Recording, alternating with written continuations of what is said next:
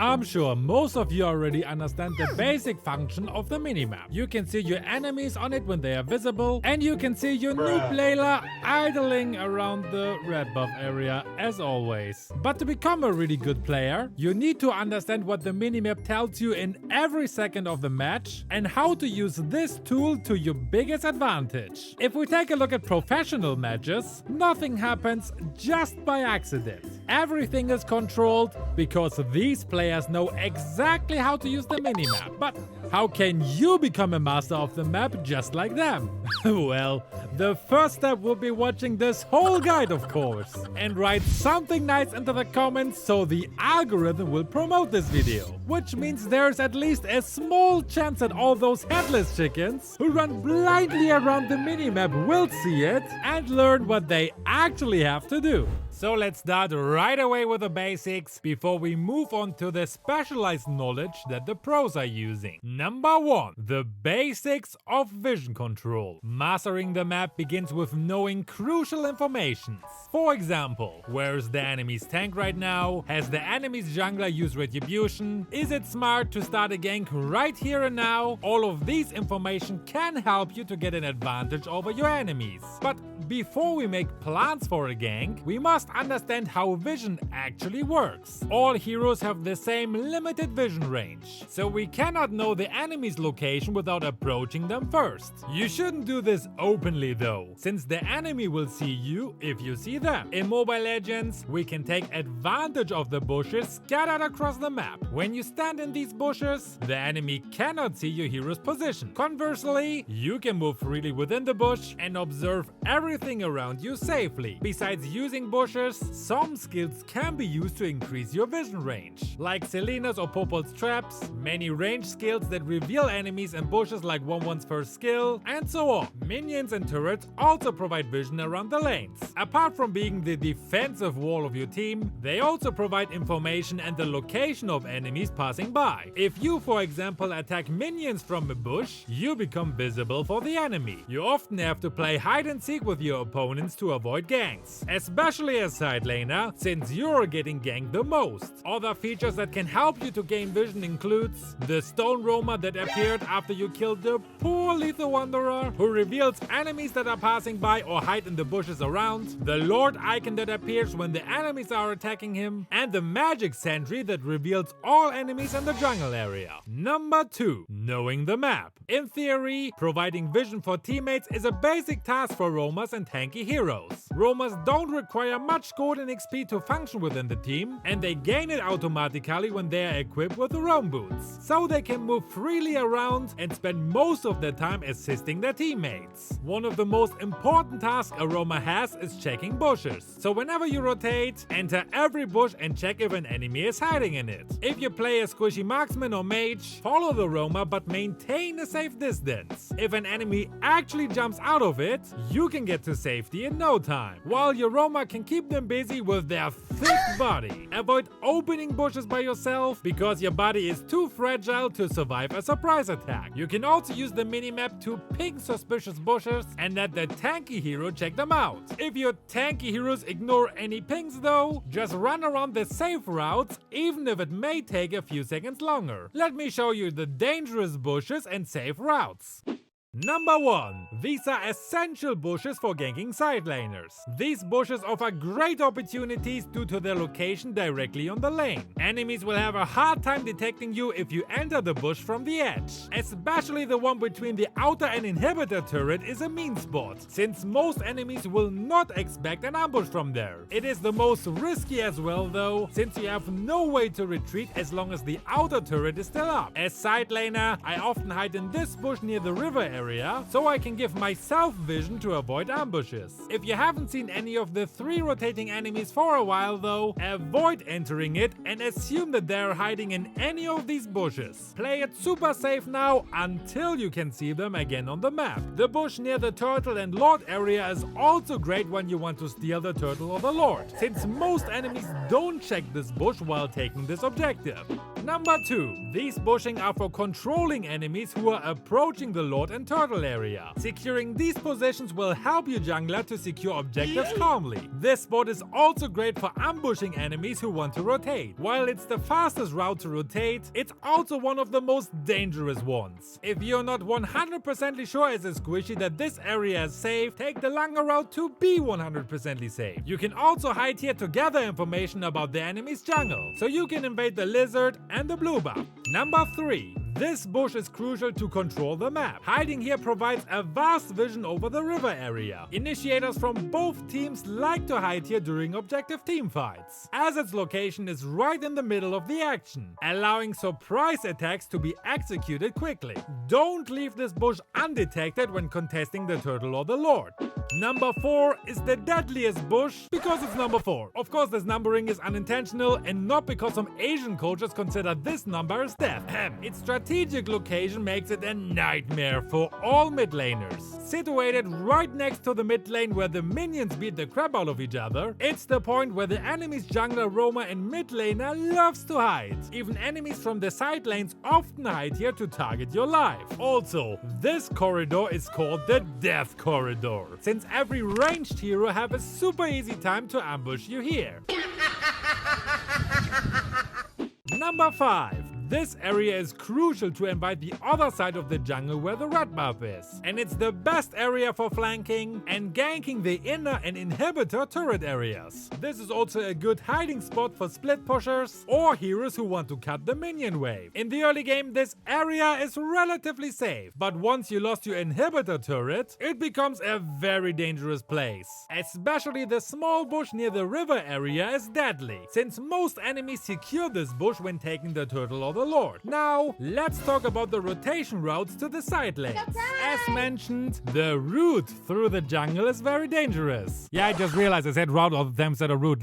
So only take it if you're sure where the enemies currently are. The same goes for the Death Corridor here. If you rotate alone to the bot lane as squishy hero, better take the route through the jungle passing the red buff. If you want to set an ambush, you can either go to the bush near the river area, but make sure you're not getting ambushed while setting an ambush, or pass your own outer turret to enter the bush near the edge of the map. The way back to the mid lane should be the same. When you rotate to the top lane, you should also avoid the Death Corridor. If the blue buff is down, you can go through the small gap in the wall or pass the blue buff on the left side. Now you have to decide if you either enter the bush near the river area here or enter the top lane, which is the safer route. There you can also choose to enter the river bush, since it's safer to approach it from there because of your turrets. Or if you enter the edge bushes. Once you've lost your outer and inhibitor turret, all these routes are super dangerous though, since you have no place to retreat anymore, which is why it's so important to keep your turrets alive. Without any safety in your jungle area, you're almost forced to hide in your base until you can use the magic sentry. The next thing you need to do is number 3, communication. Yes, even in solo queue, communication is possible. And I don't mean spamming toxic stuff into the chat. There are several points that need to be communicated during a game. Firstly,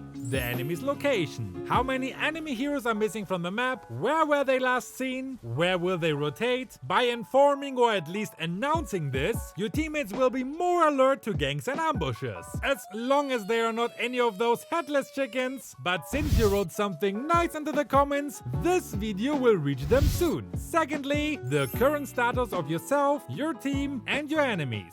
These informations are essential, but they are often overlooked by many players. Although these informations are crucial when you want to engage into a team fight. Do the enemies have a lot of HP and mana? How many enemy skills have been used? This isn't limited to ultimates, which you can check by these little green icons on your and your allies' picture. Long cooldown battle spells are also essential to note. If you saw that an enemy marksman used flicker, it's a vital information for your team's assassin. They can confidently commit to eliminate the enemies with ease, since they know their escape skill is on cooldown. Thirdly, giving instructions and executing strategies. Although the most ideal communication is through voice chat, not everyone feels comfortable doing so. Launch attack, initiate retreat, and request backup may sound simple, but these 3 calls are easy to understand and to execute. Moonton even provides special buttons to quickly access these commands in emergencies. But Nico, I'm a solo player, I'm a lone wolf, and more importantly, I'm the main character.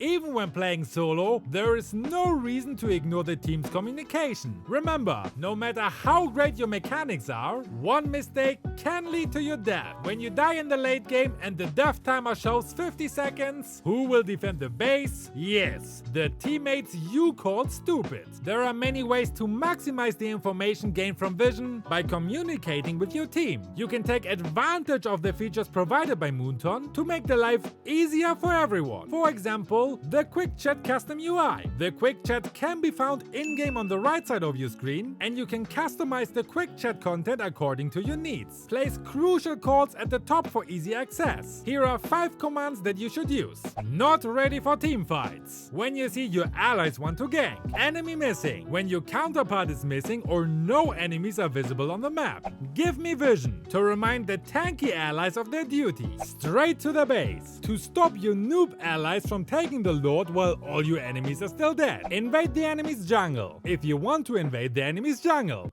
Obviously, what commands are you using? Let me know in the comments. You can also add well played and Merry Christmas.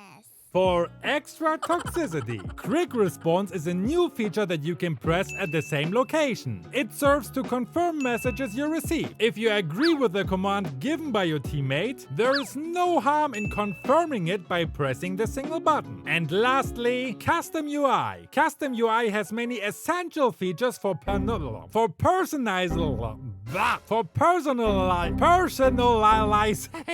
buttons.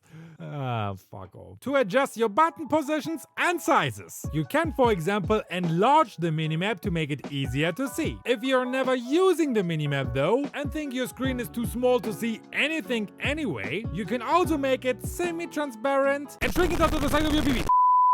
Number 4. Utilizing the vision. Now, we already talked a lot about creating vision, but we also need to know how to use it properly. Otherwise, the roamer's task of providing vision will be in vain. So your responsibility as a good team member is to use the information on the minimap to read the situation. This means besides observing the visible allies and enemies on the map, you also need to proactively hide to fool your enemies. This is often overlooked by Mobile Legends players. If your team isn't visible on the minimap for a longer time, your enemies have no up-to-date information where you are all at the moment, and it becomes much harder for them to plan and execute strategies. They must guess your location while farming and risk their life to open bushes while rotating. When you're in the late game, for example, and you're near the mid lane while 2 normal minion waves arrive, let them fight alone. Staying near to them in a bush to receive the golden XP is the way to go, since this strategy forces the enemy to get near your hiding location, or they miss out on a lot of farm. Mindlessly clearing all waves and reveal yourself is not smart, but honestly, I'm often doing it as well since my allies are doing it too, because otherwise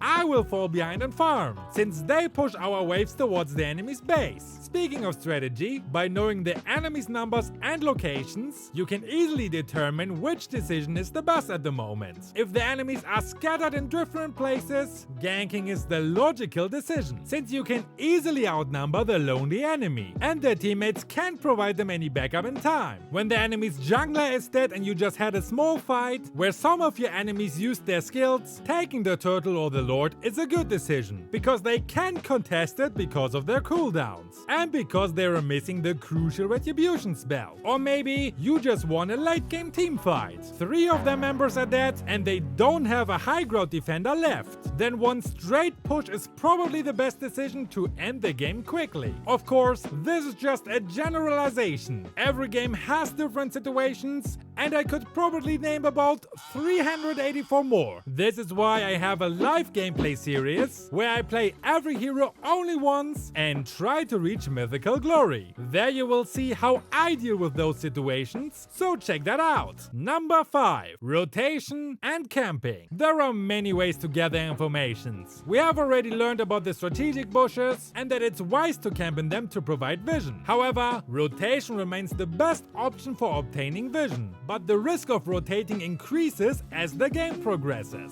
Luckily, there are 3 templates that are easy to learn and universally applicable. At the beginning of the game, the risk of seeking information and entering bushes is minimal. Enemies don't have enough damage to eliminate a sturdy tank on their own yet, so dominate the bushes on the side lanes. If your team rotates towards the gold lane, the XP laner must be cautious of the bushes around them, since they have no backup. If the enemy jungler farms efficiently, by 1 minute 20, they should have finished clearing the jungle. They will have the ultimate ready and will start to rotate to a side lane. This means when the 3rd wave arrives, you must be careful as a side laner. Your team can mirror them though if they are using a strong early game hero. Mirroring, as the name suggests, is a strategy of following the enemy like a reflection in a mirror. In addition to providing the enemy's location, mirroring also aims to disrupt the enemy's jungler or roamer's rotation. For example, you can use Hilda to poke the opponents, while you can heal yourself non-stop in bushes. Once they are low on health, your teammates can easily eliminate the enemy and gain the early game advantage. Mid-game, checking bushes can lead to death, especially when your tank is swarmed by multiple enemies. All heroes have ultimates and items to deal enough damage, while you mostly only have 1 or 2 core items yet. Still, and this should be never forgotten by anyone, dying is part of being a good roamer. As a roamer, you're not collecting kills, unless your name is Angela, and therefore have no extreme high bounty on the head like the MM on the legendary streak. So if you die while preventing that the allies give the enemy a huge gold boost, it's worth it. Plus the enemies have to use many skills to actually kill you, which means for the next 30 plus seconds, your allies have the upper hand over the enemy and can focus to take objectives. You should still try to control the bushes around the turtle and lord area. Besides providing extensive vision in the river area, this location is strategic for providing backup to your allies on 2 different lanes. Late game, almost every bush can be a place where you meet your demise, so the vision game is becoming more and more difficult. This is also the point where most casual players will lose any kind of strategy sense. There are some very simple tactics that you can follow though, and which every pro player is doing as well. Firstly, always escort your roamer to avoid them being sacrificed while gathering information for you. Eliminating tanks can happen in seconds when all builds are nearly complete. Plus, you don't want to lose your front laner at this point, because you need them to contest the lord. Secondly, when you're dominating the game, camp in bushes in the enemy's jungle area. Group up with your team and bait the enemies out of their safe zone, or let them rot inside of their base without farm. As I said earlier, you need to freeze the lane. Shoving the waves into the enemy's base is the worst thing you can do, because you level out the field with it. And your enemies know exactly where you are right now. They should be blind as a bat at this point though, so you can easily take the lord once it's respawned. After the lord and super minions make their way towards the enemy's base, make sure to rotate towards the lagging lane and manipulate the minion wave. Push them so they reach the enemy's base at the same time, so the enemies have a much harder time defending their base. Another strategy that is being ignored in 95% of all low rank games. If you're in the losing position though, focus on survival. Gathering vision will be very difficult, so always move with your team and focus on catching up and farm. Never initiate a team fight when your heroes are outnumbered, and use your ultimate and battle spell wisely. This strategy can prevent you from being picked off one by one, because the last thing you want is a dark screen and a 50 seconds death timer. You can also use the magic sentry to gain vision in the jungle area, which is especially useful when you want to contest the lord. Now, you should definitely check out some of my live gameplay videos and focus your eyes on the minimap to predict the enemy's movement. See you over there!